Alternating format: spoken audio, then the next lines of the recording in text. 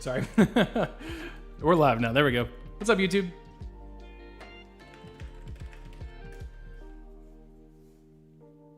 Aaron, did you see the actual numbers and stats for St. Peter's compared to Kentucky?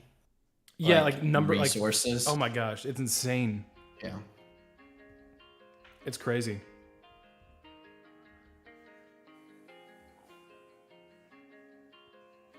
What's up, YouTube? Thanks for being here. Appreciate it, especially if you're watching the replay.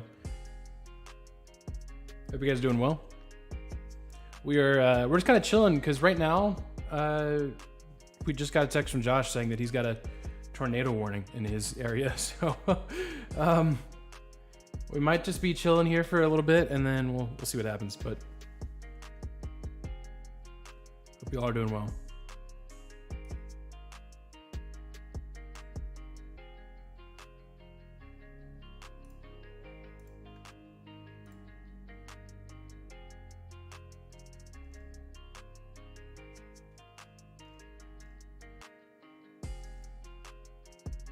Dude, Atlanta's quarterback room right now is Josh Rosen and Felipe Franks. I love that. Oh, just kidding. They agreed to a 2-year contract with Marcus Mariota. Just kidding. I take that back. Well, I figured they were going to get somebody else. Yeah.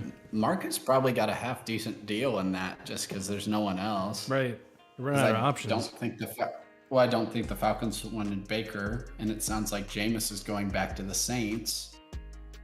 I don't even know where Baker goes at this point. People have talked about Seattle, but Seattle's tricked themselves into thinking Drew Lock's a legitimate answer. So who knows? Yeah, maybe they're delusional enough to bring on Baker too. So yeah, for sure. There's Josh. Hello. What's going on? Are you you safe wherever you are? I'd have to pop out if yeah. It's that mixture of looks like, so I'm seeing some big dark clouds literally here, but it's moving away from us. So I think Right. I mean, if you need to move, Josh, just take us on the road. Just I was gonna say this is up and walk. Tornado watchers, let's go. I was gonna say technically I need to go to our designated safe area, but I'm like, this is great content. Yeah. So yeah, will especially it violate for the podcast listeners. I was gonna say, is it gonna violate YouTube TOS? Probably, but that's okay. If I get caught in a tornado. I see the headline now: man dies in tornado chasing accident for viewership of 2 people. I can see it now. For both It'll be our highest podcast ever. Oh, this one's doing numbers. True. And the entire podcast is just all you hear is wind and Josh's voice every once in a while, hey guys. Yeah, it's really big that St. Peter's. Yeah. Yeah, that's all it'll be. I didn't even check. We're actually live, right? I should probably check. I'm on YouTube right now. Yeah, we're live. Okay, cool. There we are. Look at us. Who would have thought? Actual tornado warning. Or wait, for southeastern Denton, southwestern Collins, and northwestern. Oh, that's not even our. That's literally 20 minutes away from us. It's fine. Oh, nice. Just like in Ohio. It's like in Ohio. Dang it. But see, it's not like Ohio because I can't go out and drive and look at it because it's currently gridlocked. Not 6 o'clock in the middle of nowhere, Ohio is nothing. Maybe a school bus. Yeah. Let's not update Wavelink right now. How about you don't do that? Did you see the update though? It's I don't even EQ, voice effects stuff that you can plugins basically. I'm so excited. Okay. Now I'm gonna be able to do some stupid stuff on stream, like chipmunk voice, press a button on my stream deck, and all kinds of dumb things. I can't wait. Oh, excellent. We'll do that later. Because I shouldn't do this in the middle of trying to record. That's what I've heard. Okay.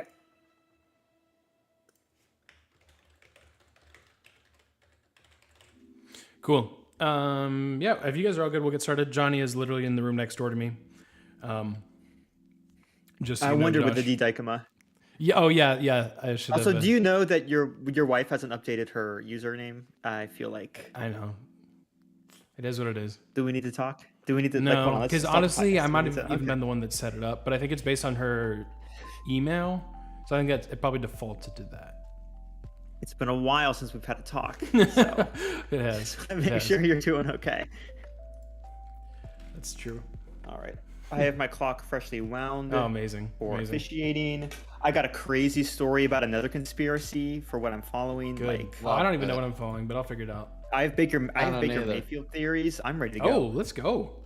All right. It's really short. It's really short theory, but it's... All right. It's there.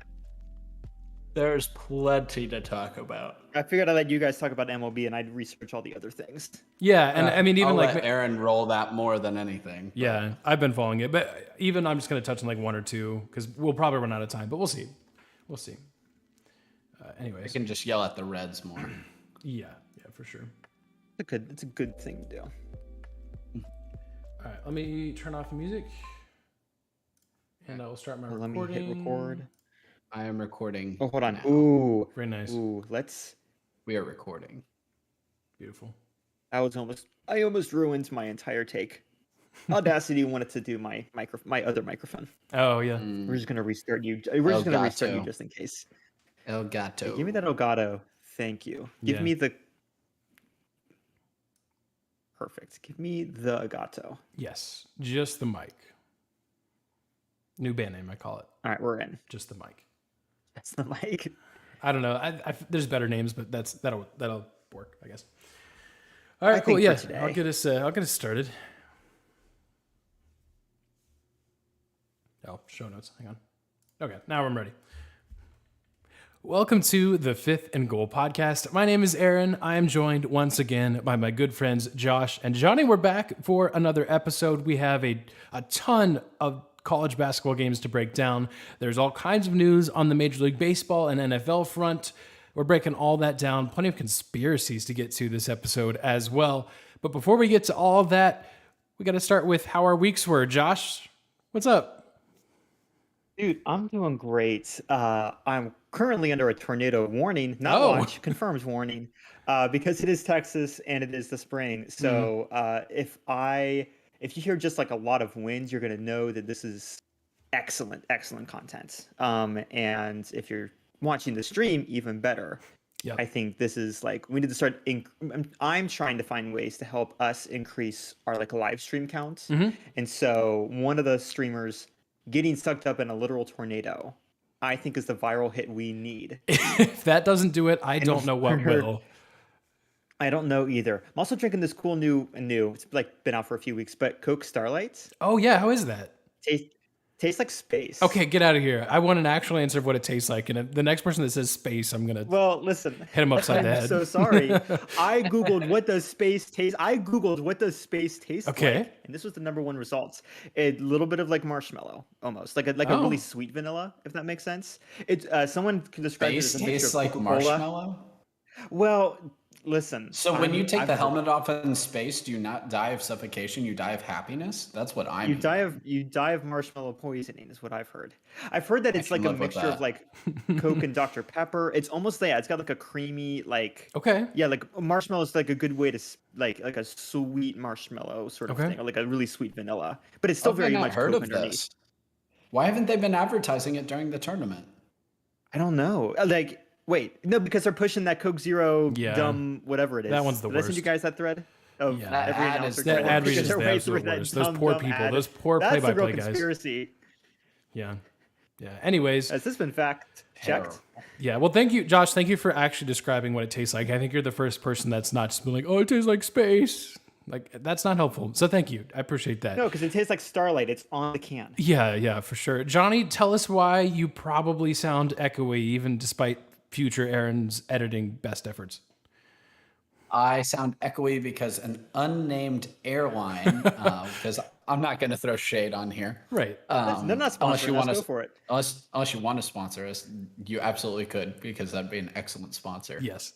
Would be. This unnamed airline did not send our bags with us from Atlanta to Columbus as I was traveling for work this week. So it pained me to be in one of the city locations of the NCAA tournament and to not be going to said NCAA tournament games. But It was still a good trip, but I don't have my suitcase. So I am working with minimal clothing options, no laptop, and missing probably a wide variety of other things I'm forgetting. Yeah. So But Johnny's, we're good. We're recording.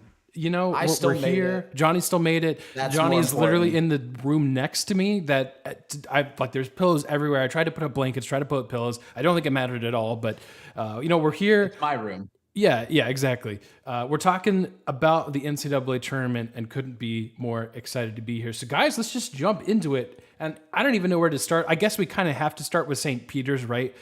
Because there was many Cinderella runs. We'll get to all of them. There's 4 double-digit seeds in the Sweet 16, but probably none more notable than Doug and the St. Peter's Peacocks.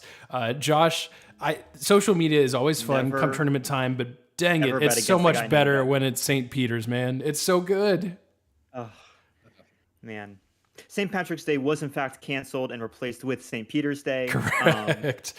As we are all thankful. Yep. I put this in the notes, and I feel like when I put the question in, my answer was yes. Is this a bigger upset than UMBC over UVA?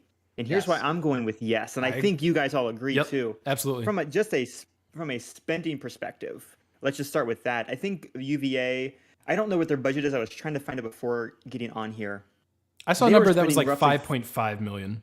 That's okay. So that's what I was getting. They were spending about 5.5 times even as much as UMBC was, as far as like what their budget was. Kentucky spending about 12.5 times that with over there. Hold on, I'm gonna try this again. I'm getting tornado updates.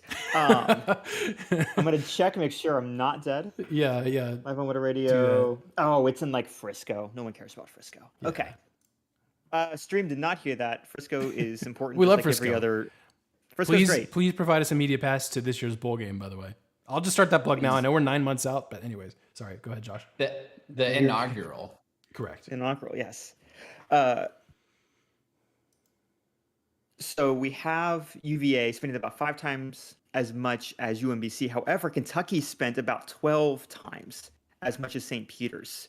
Everyone's joking about like, oh, no one knows these. The lowest paid assistant on Kentucky's team makes about $100,000 more than St. Peter's head coach. Oh my gosh. I believe he's making $250,000, and I believe the lowest paid coach got a $400,000 signing bonus last year. If I'm checking my sources correctly. That's insane. I'll have to figure that out. But yeah, it is absolutely crazy. UVA, no disrespect for them, they earned their number 1 seed. Like, unless we can go back to Johnny's bracket predictions, and were they overvalued that year? It. Oh no, absolutely. Okay. I mean, what you're saying, Josh, like, just a basketball standpoint, off the court, you're absolutely right. Like 100% correct. Like St. Peter's is just like very underfunded. They don't have a lot of money. Like they're smaller than the school that all 3 of us went to. And we went to a very small private liberal arts school in Ohio too. Like, and St. Peter's is even smaller than that. Like, but on the court even, like if you would have thought about it, and it's easier to say this in retrospect, but Virginia plays such a slowed down game, fewer possessions. It's all about defense and just pack line. You could see, and you didn't think it'd be a 16 seed, but lots of people could have seen an 8 or 9 even, just having a really on fire, hot day where they're hitting their shots, even though Virginia's playing excellent defense because they always do, and they just lose because they're not hitting their shots. The other team's on fire. That happens in basketball time. You didn't think it'd be a 16 seed, but I think a lot of people could have envisioned that perhaps happening. They even almost lost several times the next year because of that.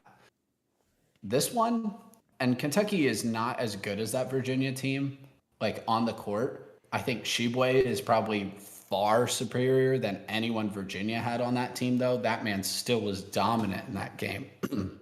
Excuse me.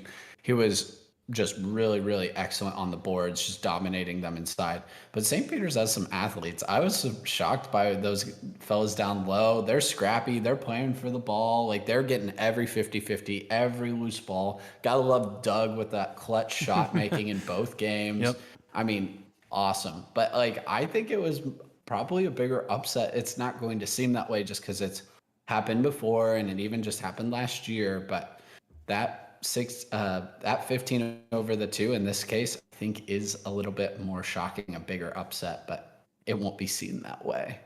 I will say UMBC did also throttle Virginia. Yeah, that's true. I do like have a to give 20-point them game that. in the end. Yeah. Yeah. So they deserve a lot of credit in that sense, where this game went to overtime, and St. Peter's had other chances to close them out perhaps, but hey, I love it. And then they knocked off Murray State, who, like, if you aren't familiar and haven't been following college basketball much this year, Murray State is an excellent team.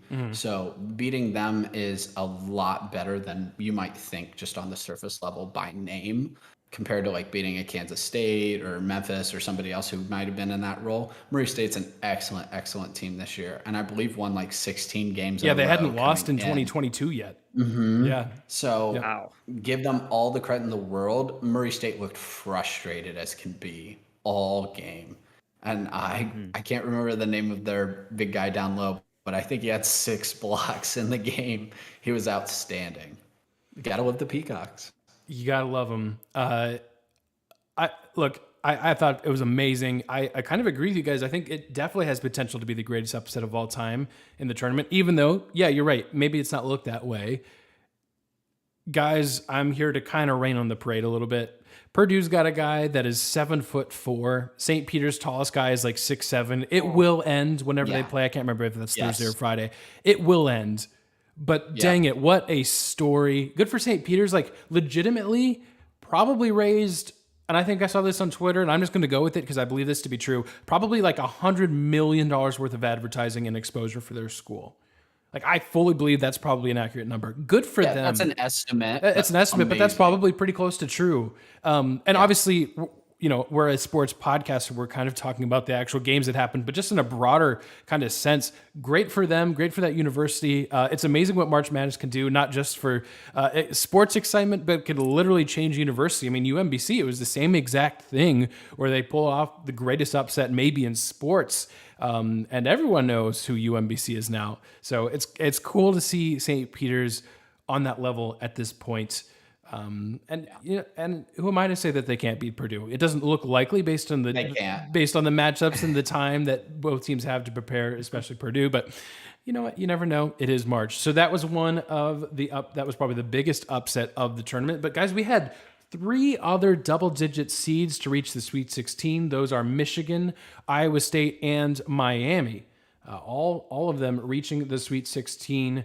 Were you guys surprised that we have that many double-digit seeds? I'm actually not really that surprised, partially because of what I said last week, and that we have a lot of parity in college basketball, and I think that was spelled out pretty clearly. You had a 1 seed going down. We didn't even mention that. You had Baylor going down to North Carolina. You had a couple of really all the 1 seeds struggled against the 8 or 9. None were comfortable. But yeah, to me, guys, it was not a surprise. No.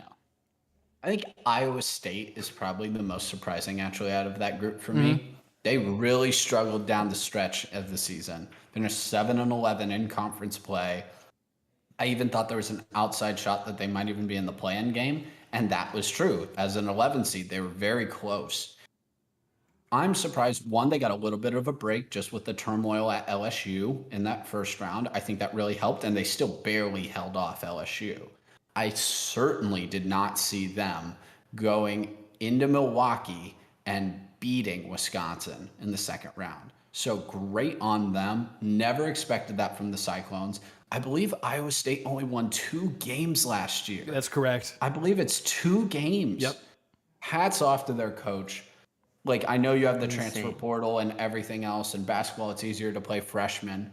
But that is an excellent, outstanding coaching job. It was basically a home game for Wisconsin in that first round matchup against Colgate. I thought Wisconsin would have lost that if they were playing it in a real neutral site. I think they lose to Colgate. that crowd was incredible to help them out in that game. And you kind of, when you're watching the tournament, you try not to read too much into one game because it's just a team survives. Don't worry about it. Usually they come back and it's almost a wake up. They're ready to go. That was not the case for Wisconsin. They are never ready in this tournament. And Iowa State let them have it.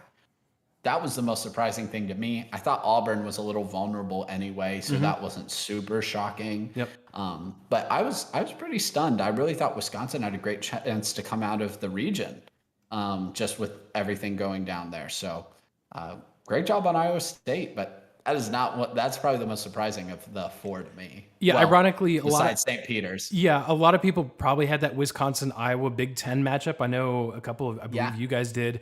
That didn't go so well. The Big Ten struggling a little bit. The SEC struggling a little bit. We'll get into that in just a second. I should say our ESPN Bracket Challenge, the Fifth and Gold Bracket Challenge. Right now in first place is Joel Starr. We've got a three-way tie for second. Brandon Sapin, Mikey Fletcher, and Sean Atch. Good job to you guys. I am tied for 14th, although I would argue that I've got a lot of points still on the table. So we'll see if I can make a run at all. Let's see, where are you guys at? Jonny tied for 32nd. Hey, I moved up. You did, yep. And then let's see, where's... give it to me. I'm trying to find you. I'm still Yes. scrolling, unfortunately. I'm on the second page. That's not a good sign. Let's take it all there we the way go. to the Tied third. for Let's do 53rd. I will say, Josh, you do have far more available points of our 61-man bracket challenge. You're right. Way to be optimistic. I will say you do have the most available points of anyone on in the bottom section. So we could still see some. And look, if Kansas wins, you're in good shape still. But I do appreciate it. I was gonna say I still have at least one key team. You do. So anyways, that's our bracket challenge update. I wanted to get that in before we forgot. But yeah, look, guys, let's talk about the Big Ten and SEC. And look, we're Big Ten fans, so let's start by picking on the SEC a little bit. Josh, I don't know if you saw this, but Bruce Pearl, coach of Auburn, said, yeah, it's not super surprising that the SEC is not, and I'm paraphrasing clearly, it's not super surprising that the SEC is struggling this year. It just kind of goes to show they got beat up in the regular season, and that's why you're seeing some of these early round exits from teams like Tennessee, Auburn, Kentucky. Josh, that seems like reasonable logic to me, right? Yeah. Oh my gosh. See, it's not like you're just all actually not as good as you think you are. That couldn't possibly be. I'm gonna listen. The podcast side of me wants to be logical and give you an actual rebuttal. The other part of me wants to go, hey, the Big 12 tried this 5 years ago and it didn't work out for them. So maybe go out and win your games if you want your conference to be proud of you. I will say I was because then I think someone else retorted oh cool, one of these days it'd be lovely to have the Big Ten finally just to have some of these games played in open air courts in the middle of the snow. That way it'd be an even match for the Big Ten. I love that tweet. It's fantastic because that's how we play. Right. The reality is because of the parity that exists. That's a clean take. I always forget. Is it parity or lack of parity? Sometimes I forget. Which, it depends on where your point is going. I'm saying there's lots of parity, meaning there's lots of teams that are competing at the top. It's not just one team and everybody else. That's what I meant. So yes, you want parity. Yes. Okay, cool. Yep. That's a parity. So, cool. That's what I thought. Yep. What we're seeing is just like what you said, Aaron, with the parity that is existing, there's not a clear number one team. Auburn, held the number one spot for a month, and it was really cool. We enjoyed the memes. We enjoyed them beating Alabama, and it was nice to see a fresh team hit number one. I believe that was the first time they had ever hit number one, right? Yep. So, we're appreciative of that. You got to follow through in March. Yeah. You can't follow our boys were tired. Yeah, everyone's tired. It's March. Yep. It's a rough time for all your players. So I don't think that you get to fall on the excuse, we're just on a really good... The Big Ten is historically a very tough conference to play. We were just talking about that 3 or 4 weeks ago. Mm-hmm. And so you don't see, hopefully, maybe someone out there's being dumb, but you don't see that same conversation with the Big Ten of, we beat each other up. 13 of our teams have been, fantastic. Right. You don't get that excuse because you're not playing against other Big Ten teams in March unless you happen to get a matchup. You're playing for the championship, for the tournament. You can't fall back on, oh, it's too hard. Yeah, lots of things are hard. You got to get your boys to do what they need to do. There you go. I love it. I absolutely love it. I completely agree. I'm like a boomer here. Pull yourself up by your bootstraps. I mean, by that logic, the Mountain West, who went 0-4, was eliminated the first full day of the tournament. Dang, that conference was so good.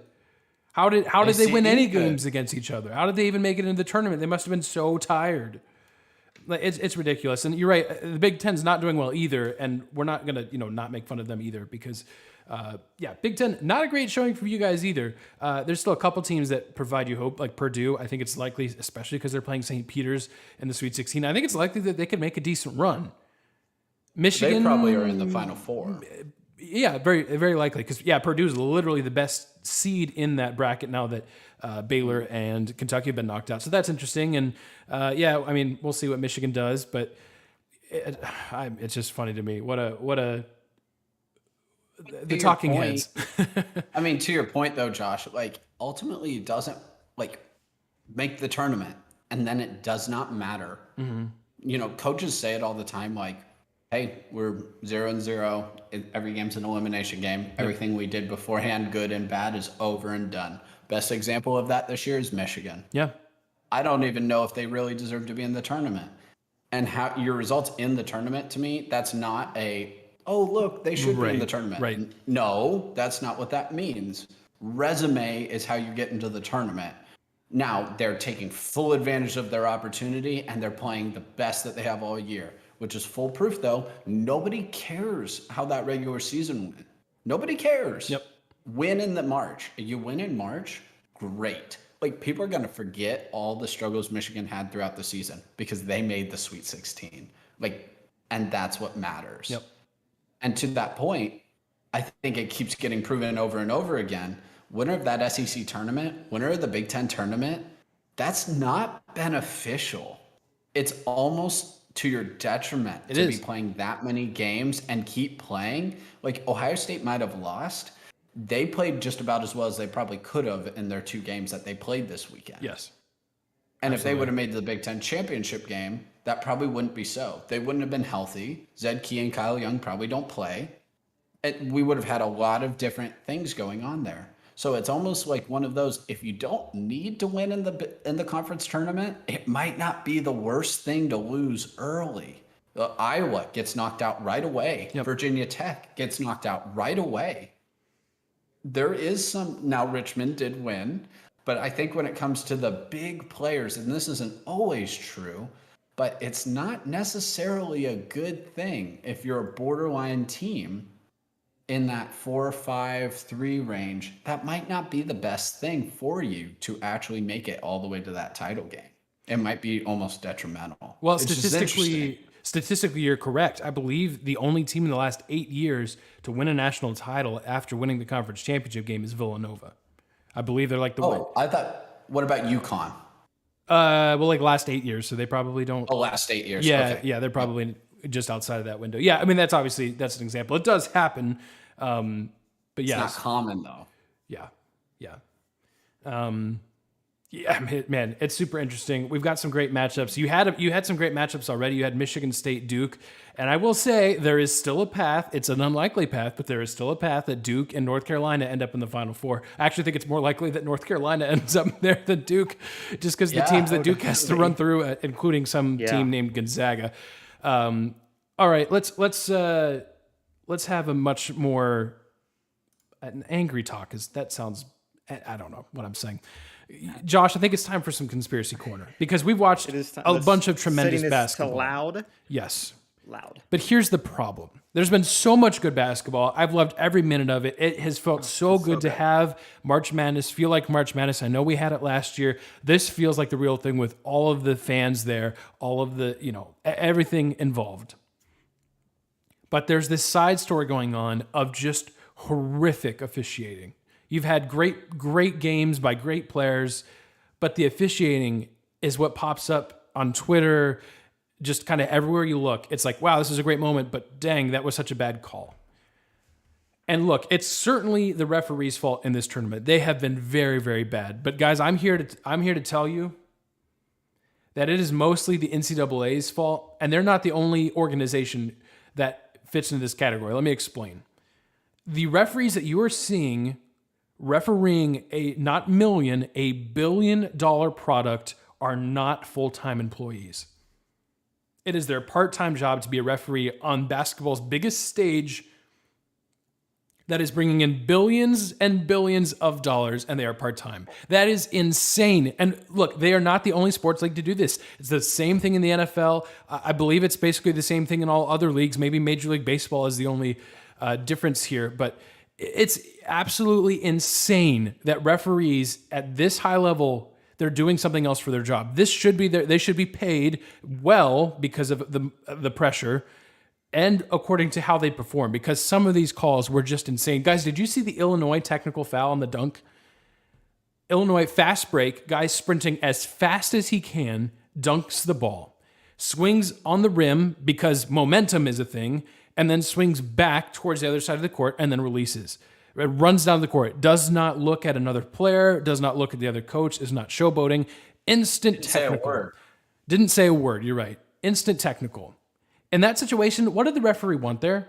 Did he want him to release the ball, dunk it, and release his hands from the rim instantly, falling on his back from 10 feet and probably injuring himself? Is that really what the referee wanted? He just wanted him to plummet to his death? I'm glad you asked this, Aaron. This is what I'm not going to be able to do this because this is an audio medium. But otherwise, I would demonstrate exactly what he would want that player to do.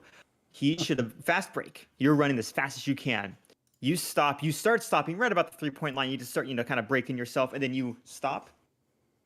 Both feet on the ground, both hands on the ball, boop, right up. That's what he wanted. Yeah. No showmanship. Just lay it no up. Pageantry. Yeah. Just a boring. Listen, that's not the ref's problem.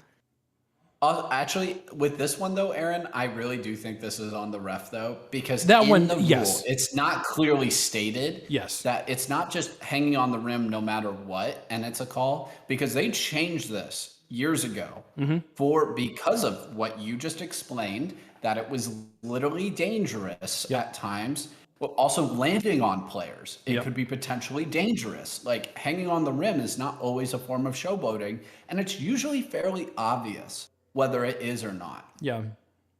And they changed the rule. The problem is it's a judgment call, but I don't know in whose judgment, and Reggie Miller lost his mind. As he should have. It was horrible. It was a 5-point swing. Because the rule says that unless in the referee's judgment, he's basically showboating, he is trying to antagonize the other team. Basically, the word that they use is unnecessarily hang on the rim. Right. That looked very necessary to me. And he didn't say a word, like Aaron said, didn't look at anybody. He dunked it and started running back. I don't know who would have thought that should have been a call. Clearly, Reggie Miller didn't. He played. No player would have. I doubt that, I doubt that there was anyone with Sampson and on Houston's staff that was complaining about it. And Illinois' Underwood was beside himself. As he should be. The player was just utterly shocked that was a call. And it was absolutely ridiculous. That call was terrible. There's been a lot of bad calls. Most of them have not affected the game probably to that level. But I think we're going to talk about one that perhaps decided a game. Yeah. Yeah. And again, my entire point of bringing up their part-time, the solution, and it's not going to get rid of the problems, but the solution is to pay them full-time as their job as other professional athletes are, in a sense. Obviously not the amount of money, but that way there's also a level of consistency, and then you can hold these referees accountable for some of these horrific calls. And I understand that's a brutal reality to be a referee, but that's what, when you sign up to be a referee at that stage, that's what you're signing up for.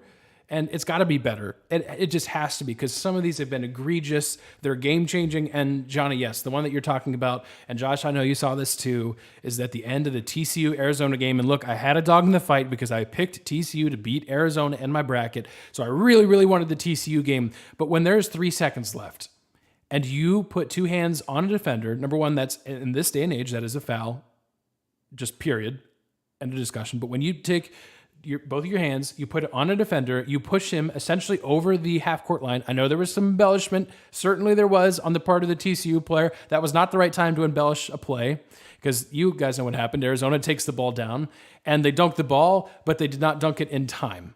All of that's happening. A bad call should have either been backcourt violation or foul, but it was pretty obvious that it was a foul.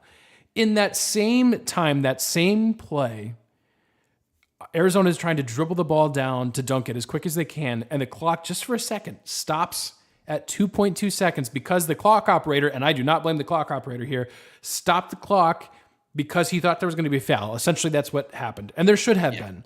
All the way around. If you look at the timing, yeah. All the way around, just horrible. Ends up going to overtime. There were some other missed calls there. Quite frankly, I mostly blame TCU at that point. But the reality is that game should have never gone to overtime. That should have been free throws for TCU. I will die on that hill. That there should have been one of them. It probably makes one of them. At that point, the game is tied. But dang, Josh, am I crazy for being this upset about some of these calls? But it just feels like at this stage, I mean, I don't know. I am pro outrage. Okay. All the time for any reason. Good. I got the clock so that we could do the conspiracy corner for this explicit purpose. A year before we even talked about this podcast, I got this clock knowing just in case we needed the bits. Smart. So I am always here to support you. And I think I don't want to spoil what I'm following, but this very much feels very much in the vein of like, it's not... Again, like you said, it is not malicious, even though we would like it to be that way. It makes our anger more justified. But it is still an egregious error that we need to expect more. We talk about this I don't know, I feel like we talk about this every time there's a high-stakes game. Because we're leaving high-stakes game. Even we talked about this in college football. I think the NFL, no, even the NFL is part-time. We're leaving these big games with millions upon millions of dollars on the line, especially in colleges, especially for guys like St. Peter's and these smaller teams that really don't get out much. Like they're like, and even like with North Carolina yesterday, with that, or Saturday, blowing their 25-point lead, starting with a very controversial call. Like these teams depend on this tournament for like booster money and recruits, and it seems proper to give them the best officiating we can possibly give them. We're not asking for robot umpires. We're not asking for perfect human beings, but we are expecting like the best that the NCAA can buy for this. This should be more than sponsorships, more than, making sure everyone knows what channel True TV is. Like, the amount of, I could have done this as another. That search graph is incredible. That spike every year is fantastic. Yep. More than any of that, these players need to know that like they're not going to get screwed over just in case. Ball doesn't lie. Yeah. We can't just rely on. Yeah. Felt like it lied in that game. It felt like it lied in the TCU Arizona game. It did feel like it lied. Yeah, exactly. Yeah, I'm with you, Josh. And then in overtime, they're traveling like crazy. Oh, yeah. Arizona's traveling, like taking 4 or 5 steps, not calling traveling on them. Yeah. It's insane. Yeah, you're right, Josh. I'm not saying that the games are fixed. I'm not one of those people that are just like, no. But just the way it happened, the manner in which the calls were missed, it will favor a team. That's just how it works. It's not fixed. I have a really hard time believing something like that. Like that. Yeah. Yeah. But it's still really bad. And unfortunately, in some cases, like that should have been an excellent game, and it was. But the overshadowing story of that game wasn't that, Arizona's best player, who's just incredible, had like 30 points, played out of his mind. So good. I think he's going to be incredible at the NBA level. That's not the story. The takeaway is that TCU got screwed over by the refs, and that's really unfortunate. And hopefully we can get to a point. I don't know how we get to this point other than telling maybe just more anger on Twitter. I don't know. I don't know how we get to the point of getting these referees actually that is their sole job. Well, and I understand it's difficult for the NCAA, right? Okay. and you're not going to like it. Okay. But how did we get the NCAA to finally break on NIL and break on it incredibly Lawsuits. quickly? True. Have California pass legislation. There you go. Exactly. All right. So if we can get all the sports fans Yep. who are also in the legislative body of California's government to, I don't know, demands that every single NCAA ref in their state be full-time, we might be able to get this to happen. I like it. I like it a lot. So that's one option. Yeah. Yeah, for sure. Or what, change.org petition? Just make them accountable. You can make them accountable when you make them full-time and actually pay them enough. Right now, people are yelling for the refs to be held accountable. And listen, I'd like to, but the way that they're being paid for the job that they do, I don't think that they deserve to have to go up on the podium and have to answer questions and stuff. Agreed. But make them full-time, pay them well. It's their full-time job. There's no longer any excuses at that point, and you can actually hold them accountable. 100%. At this point, the only way of holding them accountable is, okay, like you don't advance as a officiating crew, which that one won't. They will not. I'm sure they won't. Just based on the situation and circumstances of how that game ended, I would be shocked if they were the officiating crew that gets to advance. But other than that, there's no way to hold them accountable. And that's a problem when you have employees and workers that there's no means of holding people accountable. Everybody should be able to be held accountable at some level.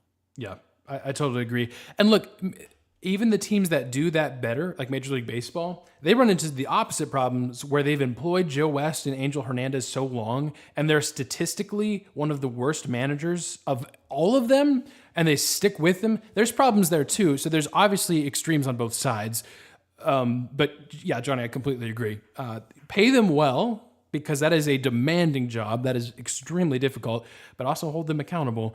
And I understand for the NCAA's perspective, it's a little challenging because you do have Division II and Division III to contend with. The reality is they're not bringing in the amount of money that D1 is.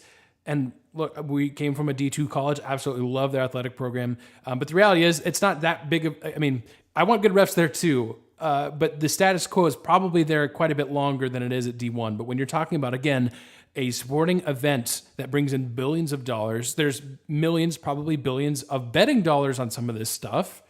It's got to be better. It's got to be better. But at least $1,500. Yeah, at least. Ooh, too soon. Too soon. All right, before we leave the college basketball discussion, I feel like we should touch on some of these Sweet 16 matchups. Guys, is there any matchup that you guys are looking forward to in particular? I'm obviously watching the North Carolina UCLA matchup. I think that's going to be terrific. I've got UCLA in my Final Four, so I'm kind of looking at that. But I'll just say shout out to Iowa State and Miami for playing one another. They're both double-digit seeds. One of them is going to be in the Elite Eight, probably, playing the winner of Kansas Providence. That's fantastic. Good for those guys. I really like Miami. Miami, my goodness, they shut down Auburn. That defense was everywhere. I mean, the hustle, just incredible. But those are a couple of games I'm watching. What about you guys? Yeah, I'm very excited for Miami. Miami. I'm super excited about Duke and Texas Tech.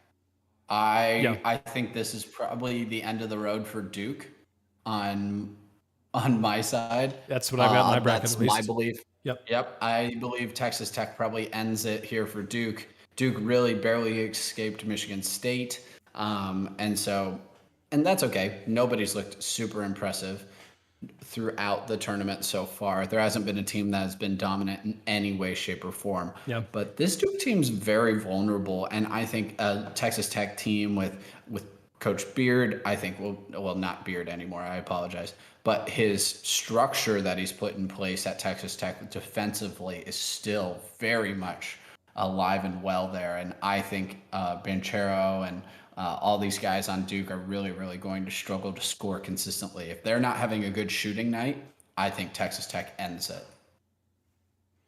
I agree. That's what I've got in my bracket. I'm also watching Arizona Houston. Again, I had TCU beating Arizona, so by definition, I kind of need Houston to pull through and beat Arizona, which I don't think is incredibly unlikely. The matchup of Houston's defense against Arizona's offense is going to be really intriguing. So obviously, all of these games are going to be fantastic. We're excited. We'll be breaking them down next week because, guys, next week we'll have the Final Four set, which is just incredible. We started with 68, and then there were 16, and by the time we get so next week, we'll have 4. By the way, for those that are on podcast only, us on the stream got to enjoy Josh accidentally unplugging his lights and having to fix them while we were having that discussion. Yes, so make sure you follow us on YouTube so you can catch our live streams every once in a while. I have a power strip underneath here, underneath my desk, and it's really fun. And there's a little button. Sometimes my foot hits the button and everything goes dark. And when there's currently, when I'm currently under a tornado warning and I see lightning, sometimes I go, oh no, this is the big one. This is how I die. Yep. And we can't even stream it. But it was just me kicking things. Guys, I did find a change. I was looking at change.org to see if anyone had already started the petition. No, I found stuff even better because they archived them all the way back. So I have, on November 18, 2008, I want the FBI to investigate Big 12 referees and the entire playoff committee. This guy's out of Charleston, West Virginia. This is a petition directly to Donald J. Trump. And then secondly, back in December 29th of 19, make referees change the Ohio State game blown fumble call. Clemson's receiver. Okay, that one I can get behind. That was insane. So I think that one. I would agree. That one probably did. The Big 12. Oh my gosh, yes. I realize I'm already taking this thing. I gotta tell you guys, it only has 29 signatures. 4 years later, so we can. Sign a few more. Yeah.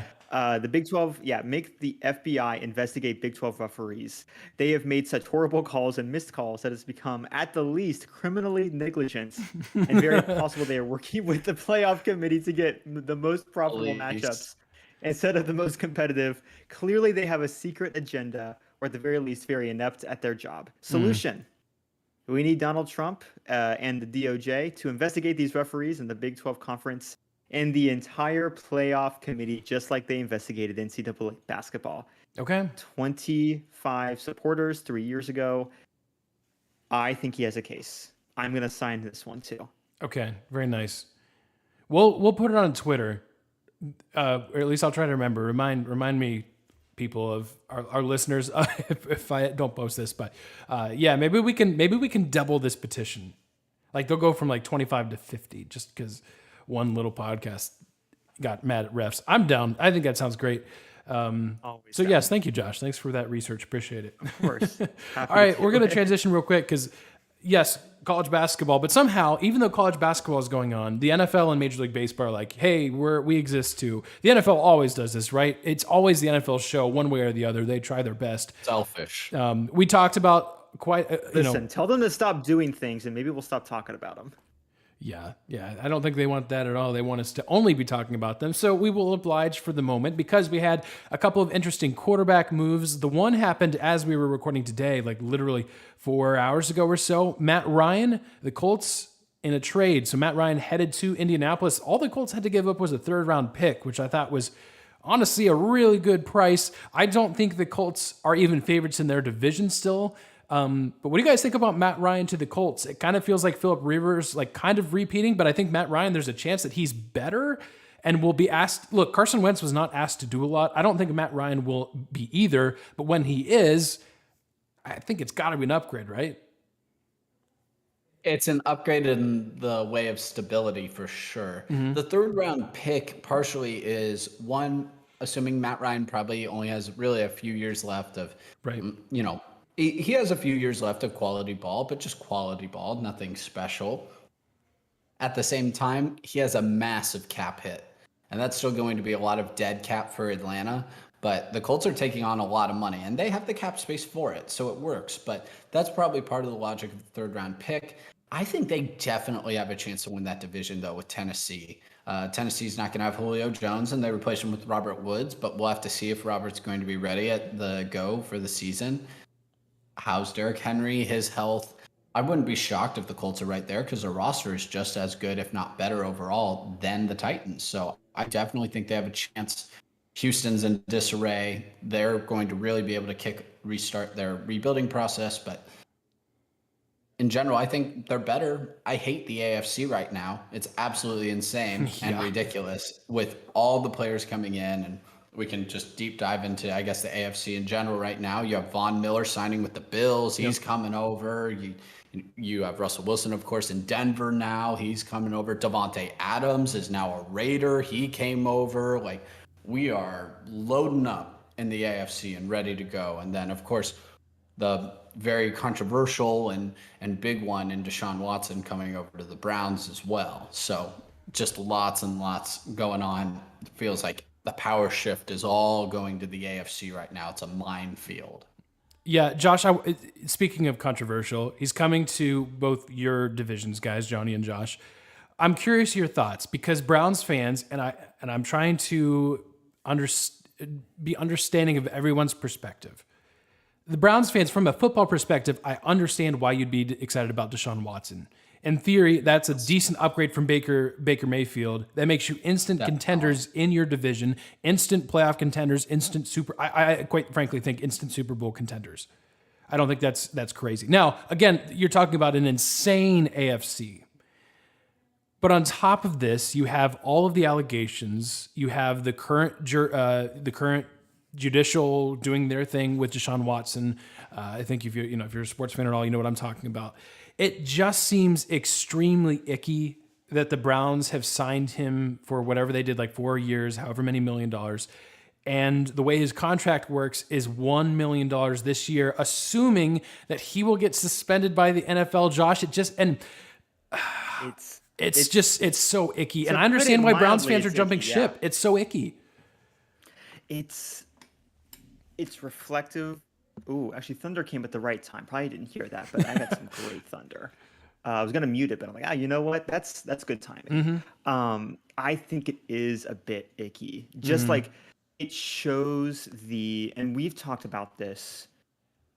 We talked about this. I mean, I made the joke about the $1,500, but historically, the NFL and the specific owners and teams within the NFL like have a pattern of doing their best to overlook assault cases, allegations. Yep. Down here in Dallas, it's Ezekiel Elliott, usually once a year at this point. I mean, Ray Rice, the Ravens did all they could to hide that until literally their hand was forced. I think the Browns know that their hand's going to get forced at some point, and they're just going to try and wring him out as far as they can, because at the end of the day, they want a valuable sports franchise. And Deshaun Watson has the skills and energy and a different type of baggage, but a more marketable type of baggage, because he's at least better at his job than Baker, at least we assume, for the Browns.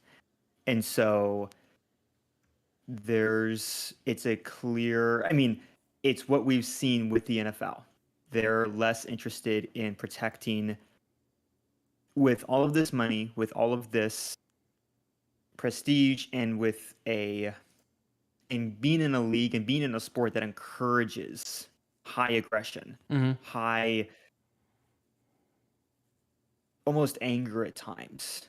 Like, you need to understand that, like, people with a penchant for that are going to be attracted to your league, and they're going to bring their baggage and their issues with them. If you're not going to teach them through not rewarding them contracts, like, this problem is only going to get worse. Deshaun Jackson's going to move to Cleveland. Either the lawsuits, I know the grand jury didn't find enough evidence to press charges, but in these sexual assault cases, it's often he said, she said. She said. So, of course, they weren't going to convict him. He's going to have the same thing in Cleveland. And the Browns are betting, and I think a lot of us are too, this time something's going to stick. Yeah, and even if nothing happens with the court case, at the very least, because he's involved in this, the NFL is going to go ahead. For what it's worth, there has been some precedent set in that. Again, the NFL rarely uses precedent. We know that.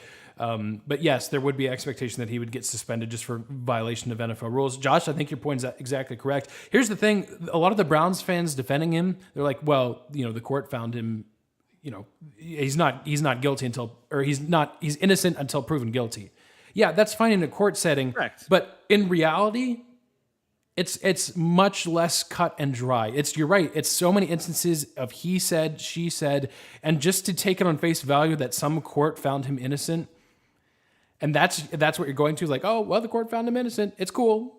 We're gonna win a Super Bowl. Like, oh man, I have a really hard time with that. And you have 22 civil suits coming up that are going to say the exact opposite. Yeah, and 22 civil suits. Exactly. It's a big conspiracy if there's nothing here. It's a lot of smoke for no fire. Agreed. If that is the case. And I believe in innocent until proven guilty too. Absolutely. But Under law, not guilty is not the equivalent of being innocent of everything. Correct. Especially when we're just talking about in the legal issue.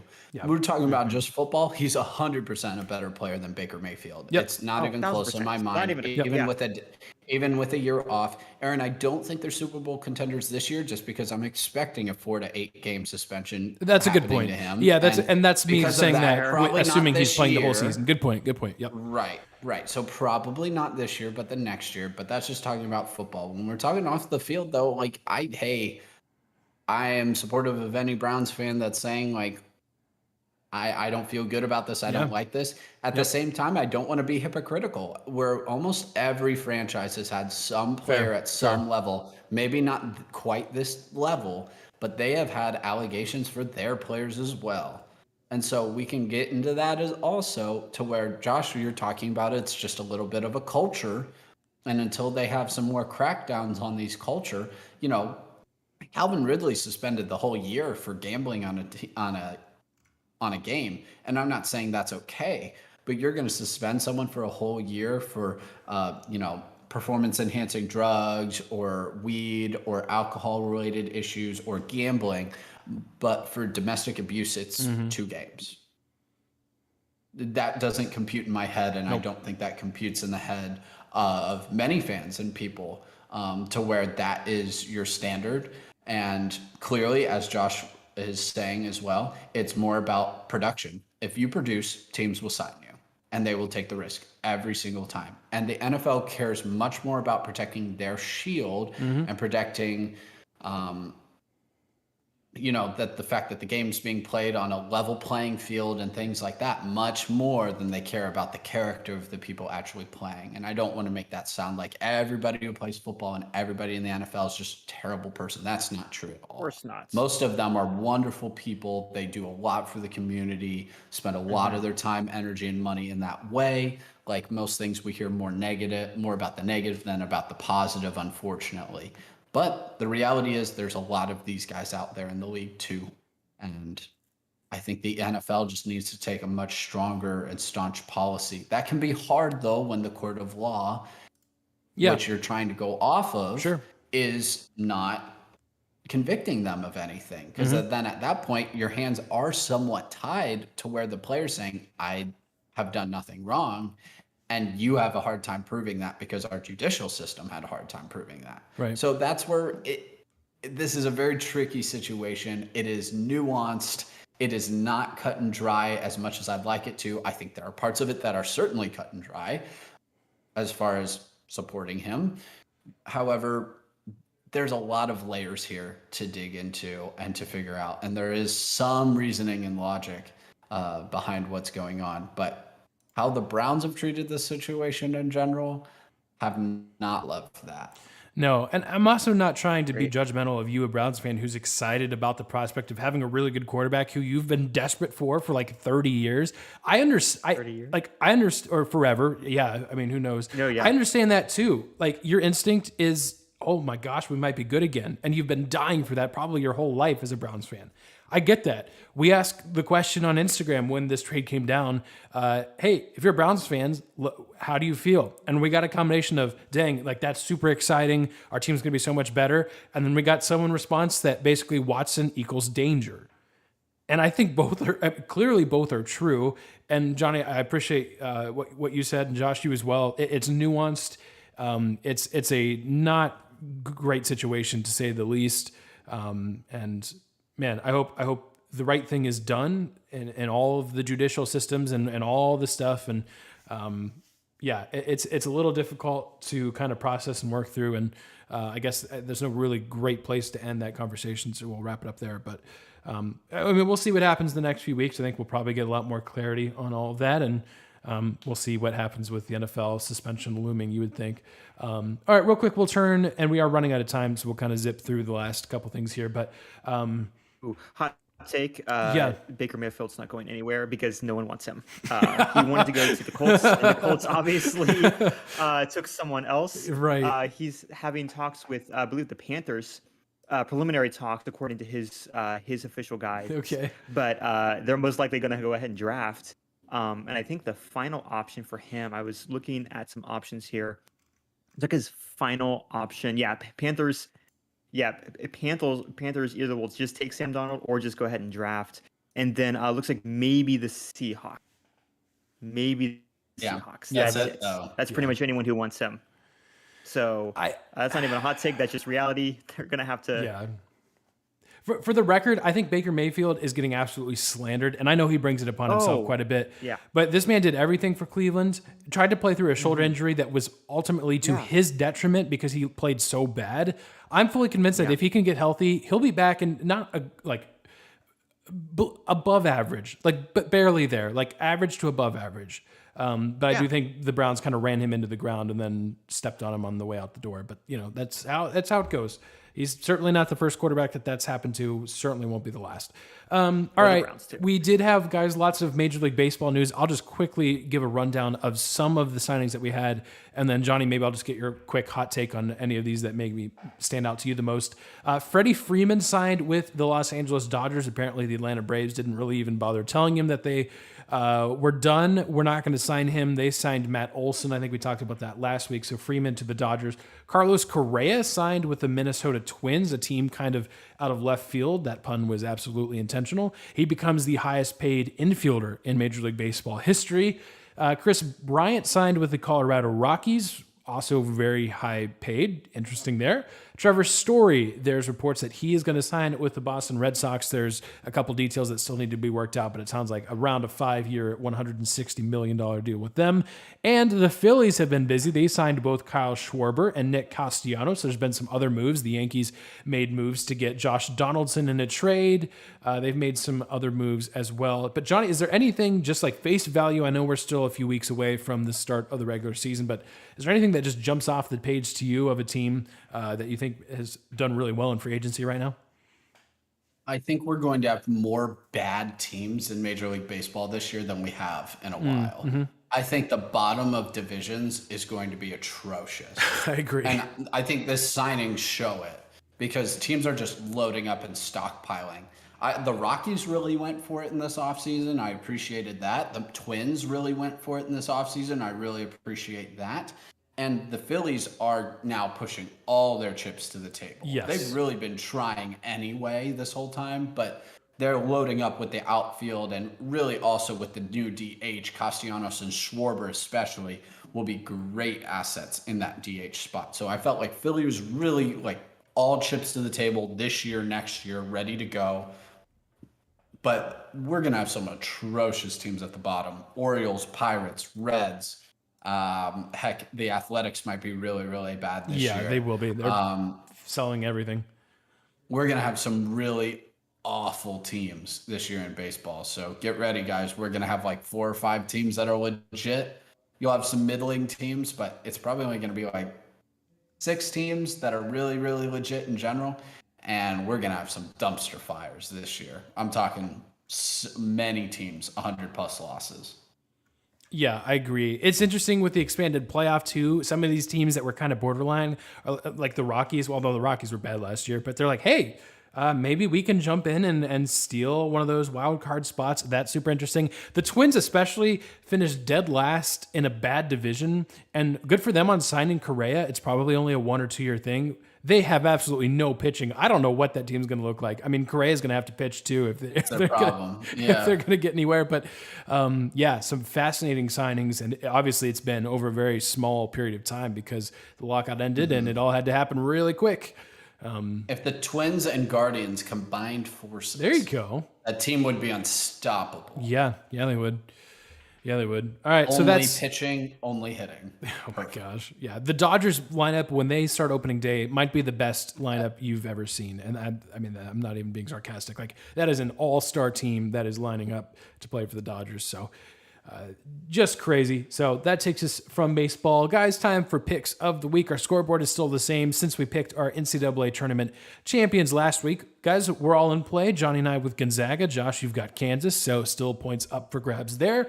And in the same vein, we're going to pick a March Madness Sweet 16 match. We talked about the Duke-Texas Tech game. Johnny and I, we both got Texas Tech. Josh, you're going the opposite direction. I like it. Yes, I'm going Duke because I believe I have them in my 4, if I remember correctly. Okay, yeah. So makes sense. Trying to remember. At least I have them in the Elite Eight. So I got to stick with them there. And I go with what I normally go with, which is a nice guess in the mixture of my guts. And this being Coach K's final year, like, I'm just expecting just a touch more motivation. If so, they're going to have to theoretically get through North Carolina again. So I think that they are in a prime place to at least get above Texas Tech, although their wins were good. Texas Tech's wins were good too. So I'm just excited to see what happens. Also, I got to try and get a point. Yeah, I'm fair. tired of being in third place. Bronze medal sucks. So dumb. Yeah. Yeah, that's okay. I don't know if I mentioned the points. It is Johnny 31, still in first place by himself. I've got 30. Josh, you've got 28. So yeah, you can make a move there for sure.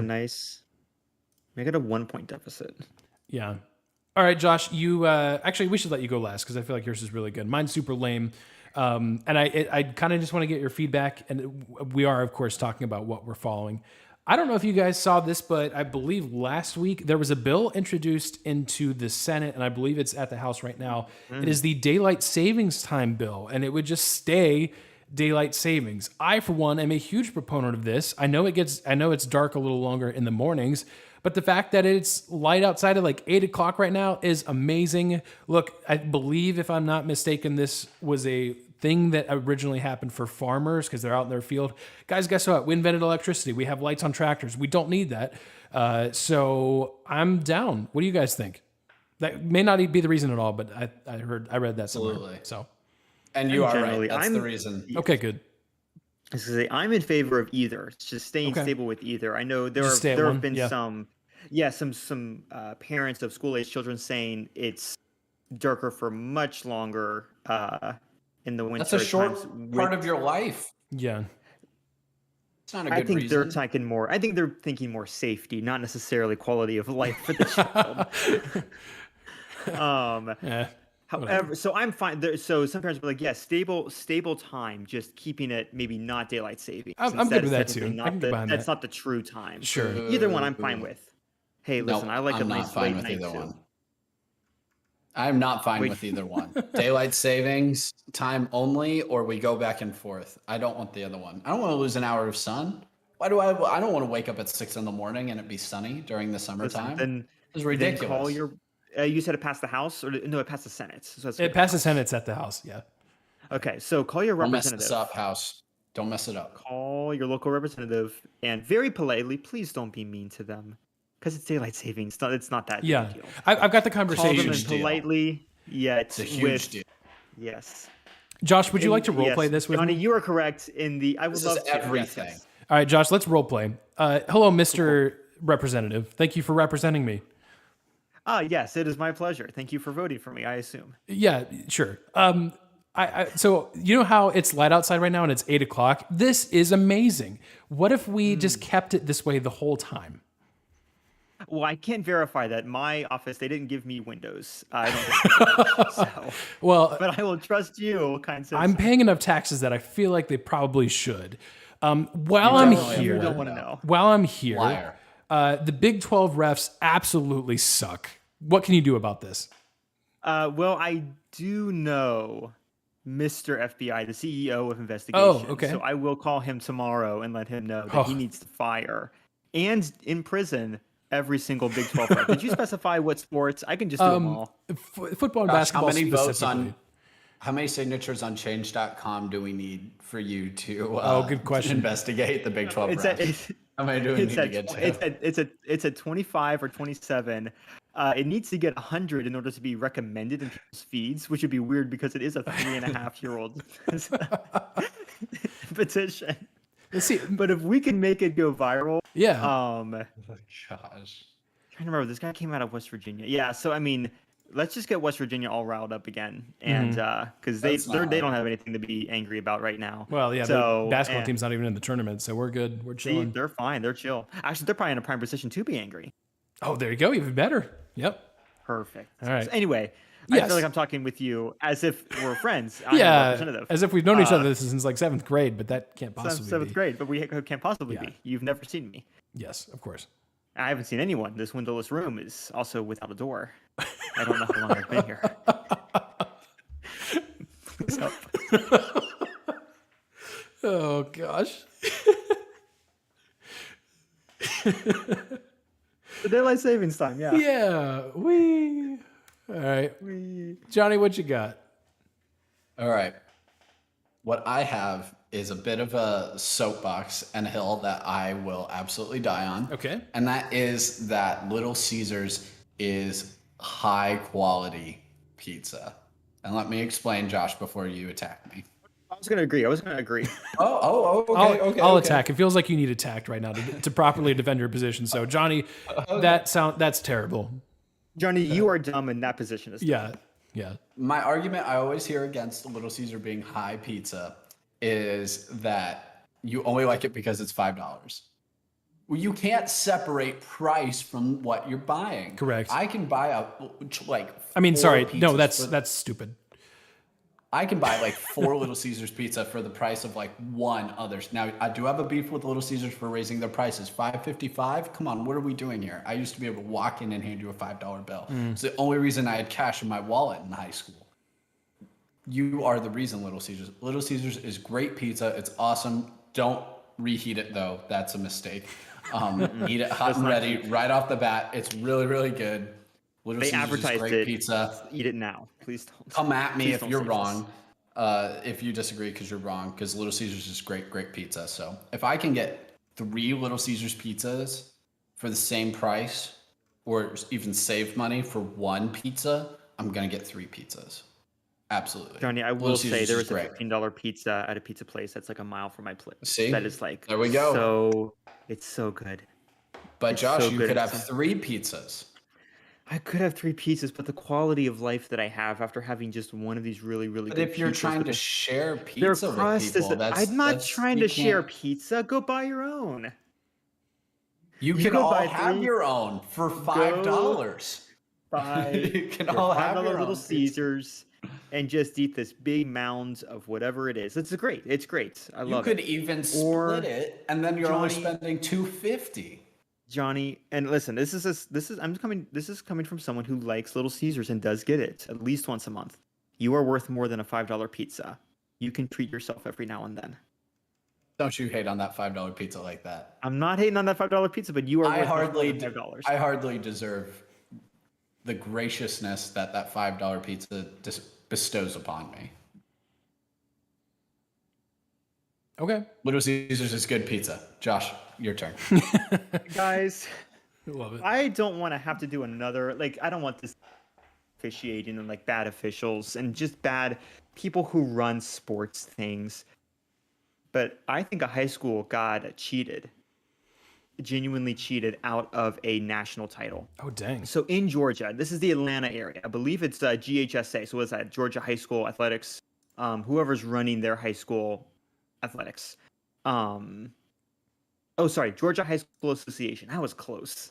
Next time, hey, for any future aspiring podcasters, if you have an article, I'd say read the article first. Do that and then speak about it. Or you can live process like I do. Yeah. That's always fun. Yep. So I saw this on TikTok, and I'll send you guys the video because the clip is insane. 2 teams. One was Social Circle. Social Circle entered a game against Drew Charter. This is going to be ominous. Social Circle went into that game 30-0 in their regular season. They lost to Drew Charter. I don't know what Drew Charter's record was, but it was decent. Drew Charter won 70-68, so gave Social Circle their first loss. This was a play-in game, and so because of this, Drew Charter went ahead and won their game, went into the tournament, and won their local high school tournament. I don't know if that was for the whole state of Georgia or just the Atlanta area, whatever.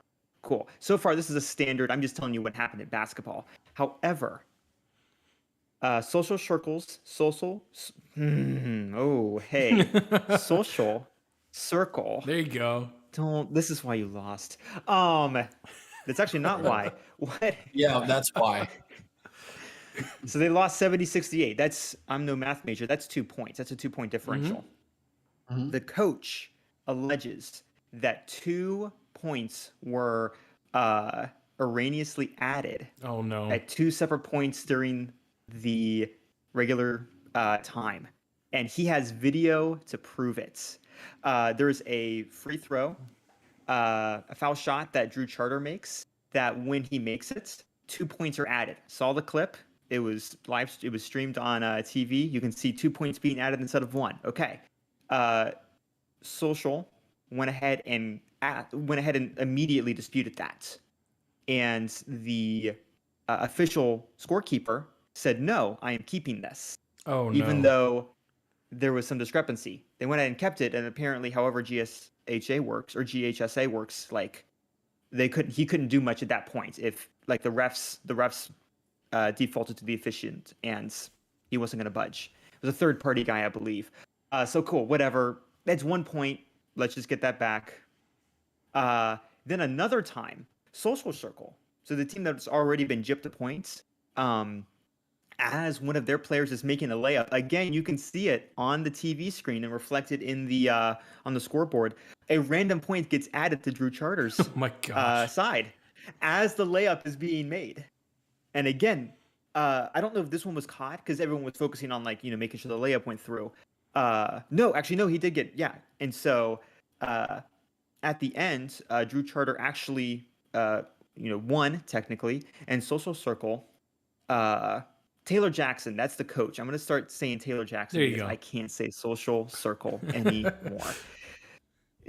Are there people, if you get a degree in journalism or like broadcasting or anything, do you learn how to say tongue twisters? Because I cannot imagine. That's a good question. That's like a job. Man, Taylor Jackson, Coach Jackson, shared the clip on his Twitter account, and I will share that clip with you guys. And we could probably throw it on the podcast Twitter as well because it's insane. 2 separate times, one in the first half, one in the second half. There was genuinely like an actual just like false point being added both times. They sent us up to GHSA. They kept the score as is. The officials in Atlanta said, "Yeah, this is good." Do you know why? Because according to the rules of how high school basketball works, you cannot use video as a source. Interesting. You cannot review video. So there were discrepancies. What would you review? In the officiating. It was broadcast on TV, so you can look at the official broadcast and see like when it matched, when they like followed the like live scorekeeping. Well, right. So I'm saying, just like, if you don't allow video review though, like in your review, like what evidence are you going to be able to provide that changes their mind? The only evidence they had was Coach Jackson was able to pull. There were 3 scorekeepers that night, a neutral person, and then one for each side. And for some reason, both the Drew Charter guy and the unofficial, like the neutral, quote unquote, third guy, both had the same scoring. And the Drew Charter and the social guy had the scoring discrepancy both times. But because it was 2-1, he got outvoted in the moment. Even though it is clear video evidence, and Drew Charter literally went on and won the championship.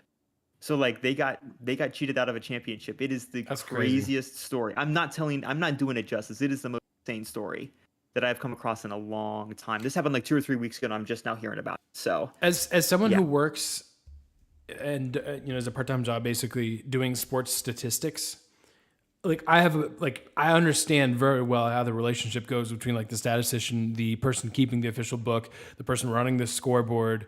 Like I can't fathom something like that happening where the person running the book says, and what is a clear and obvious twice scoreboard error. I can't imagine a scenario, which clearly happened, that they're like, oh yeah, we totally agree. There's absolutely no issues there. Like that blows my mind. Like that's full on, that's full on conspiracy theory. Like they were actually trying to fix that game. Like I have no question. Because what other reason do you have to mess that up? Because that, like, the only way I can see from my perspective of doing a lot of games is that had to have been intentional. There's no other way. One mistake where like, he accidentally puts down 2 points instead of one. Sure. And he like defends it. Like that's not malicious. It's dumb and like arrogant of the guy to assume that like every time he's marked a point is correct. Like we'll give him one. But that happens. Yeah. And it's the exact differential that like ended up winning them the game. Like, and that you can't even appeal it because of how your league is structured. Or no, he did appeal it and it just got upheld. It's absolutely insane. Yeah. So yeah, I shared the link with you guys. Yeah, go on Twitter and look at it. It happens twice, man. It's crazy. Absolutely insane. Yep, that'll all be posted on our Twitter at Fifth Goal Sports is where you can find all that. We'll have the links to that. We'll have links back to this podcast, links back to our YouTube stream. All that stuff is on Twitter as well. So, well, Josh, thanks for that story. That's wild. I feel like that's a fitting end to spending most of our time being annoyed at referees, but unfortunately, that's kind of just the situation I feel like we got put in. But we do have some great basketball coming up. We've got, I'm sure, more NFL news on the way. Major League Baseball is getting closer and closer to opening day, which is extremely exciting. So we're pumped about all of those things, and we'll talk about them as they arrive. But yeah, we just want to say thank you for listening. We really do appreciate it. If you would, please consider leaving a review on whatever podcast platform you are listening to. That would really help us. It would help get the podcast to more people. And also, if you would, also check us out on YouTube. We're there. We're going to have a lot more video content. In addition to our podcast live streams, just fun videos. We've got the NFL draft coming up in a little over a month. So we've got a bunch of videos coming out for that. So if you enjoy sports content and you want to actually see our faces, don't recommend, but we're there. Check us out on YouTube. Subscribe to us there. Fifth and Goal Sports. You can find us there. So we appreciate you guys. Thanks for listening to this episode. We'll see you guys next week. Have a good one.